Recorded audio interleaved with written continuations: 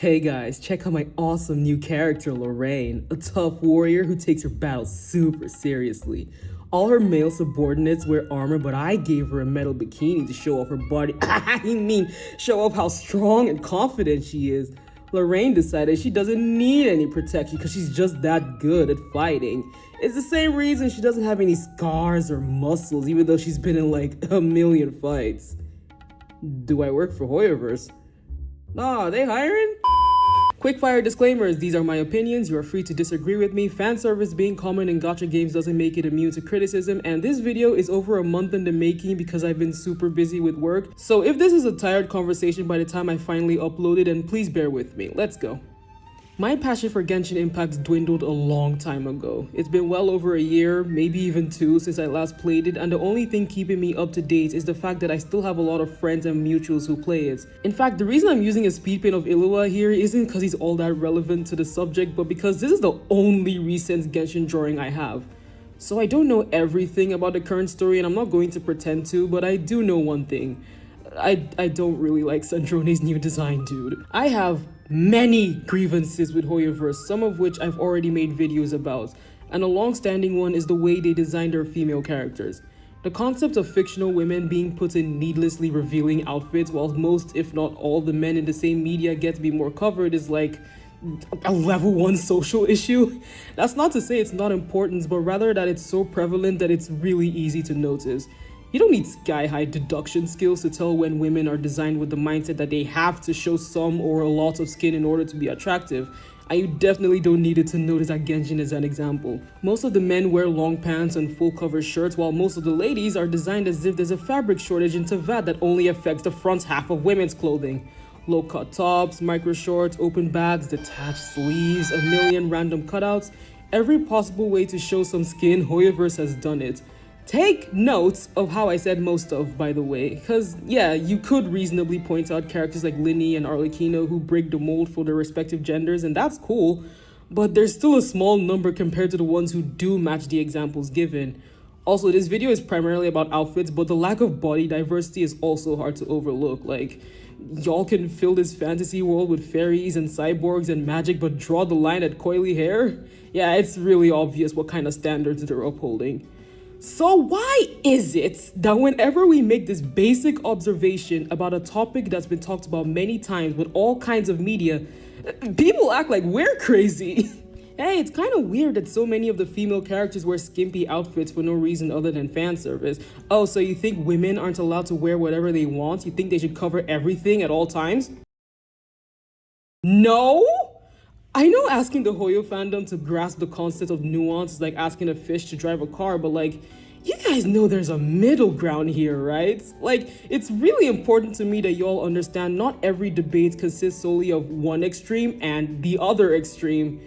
Yes, there are people who slut shame and demean the characters just because of their outfits, but I can't emphasize enough that I am not on their side, and that is not the kind of point I want to make here. And if you came here thinking I'd support you in that way, this video isn't for you, and frankly, neither is this channel in general. Moving on.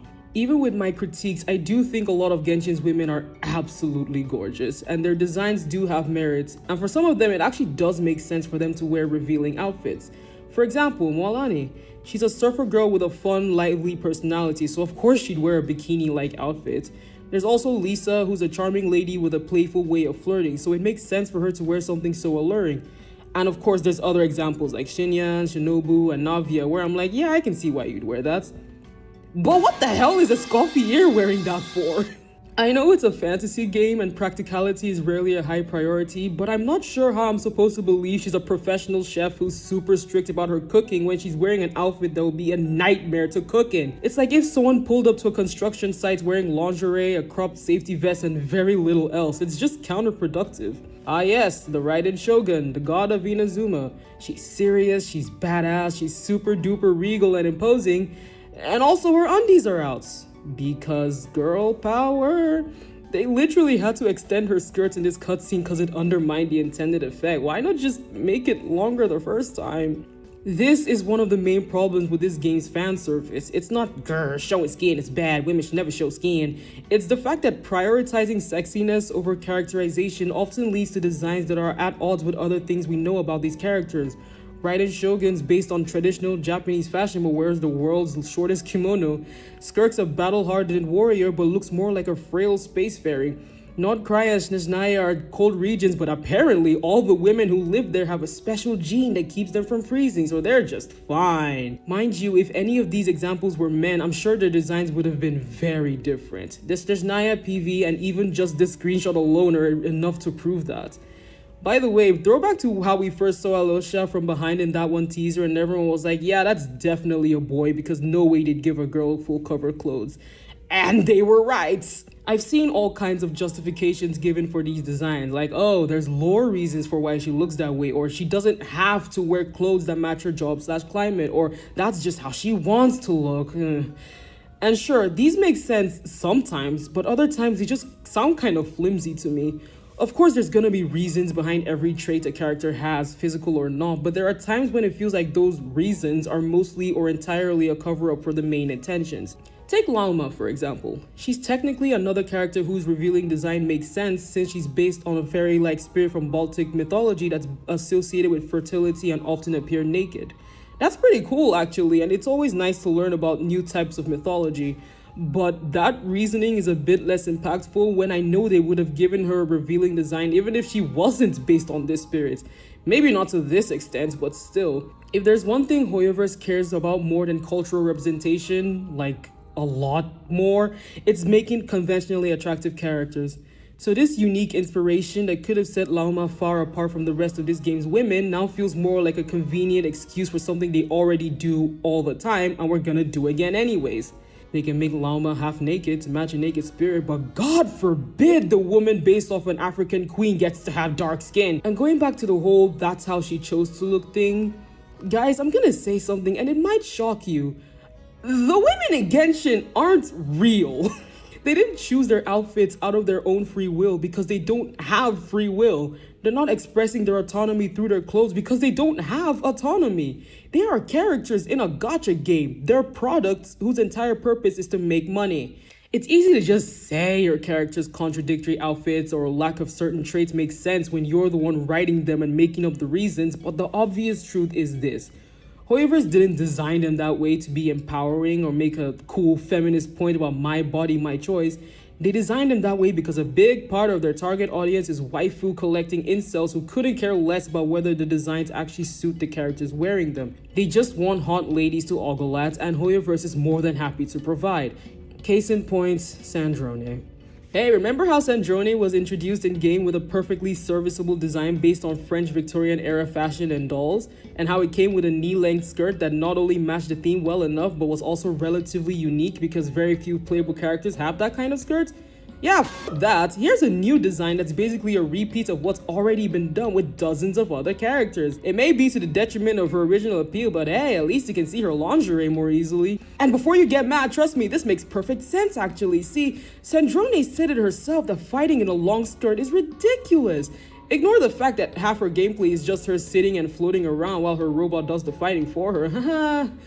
And if you suggest pants as an alternative, we'll beat you with hammers.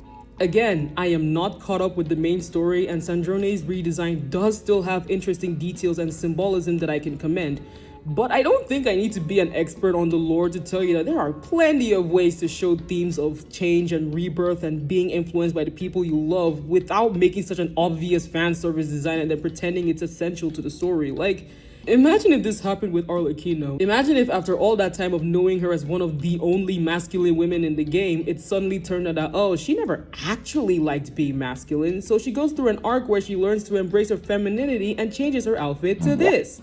And you just have to be fine with that because Hoyoverse swears this is what she wanted. Anyways, Genshin Twitter's always fighting about this, that, and the other, but it was almost comical just how bad the discourse on my TL was the day Sandrone's new design was revealed. Bro, a whole house was mad. At the end of the day, y'all can have whatever opinion on it you want, but I was really annoyed with the people playing dumb about the basic concept of sexualization and defending Hoyoverse like they were personally paid to do so. I saw every excuse in the book. She can wear whatever she wants, long skirts are hard to animate, short skirts aren't sexual, quit being a prude, so on and so forth. The animation one is just plain stupid, because we literally have Yunjin from 2.4, Barbara and Noelle from 1.0, and Ayaka from the beta. All of them have skirts that are similar to Sandrone's old one, yet Hoyoverse animated them just fine, because they are a billion-dollar company who are more than capable of figuring these things out. Also, yes, short skirts aren't inherently sexual, and wearing one doesn't automatically make a woman promiscuous. It'd be crazy to think that. But two things can be true at once. What's also true is that those kind of clothes can be, and often are, used to over-sexualize fictional women. For example, what Hoyoverse is very obviously doing. God, it's ridiculous watching people try so hard to be feminist that they end up defending one of the most basic forms of misogyny. This was supposed to be the part where I addressed the elephant-sized robots in the room, aka Polonia and Fagio, but I'll be so real, this section had me stumped because I kept straying too far into talking about gameplay instead of character design. And honestly, I don't have that much to say about them anyways. Just know that 1, I completely understand the people who are disappointed about Polonia being replaced after being sold on the idea of him and Sandrone being playable together.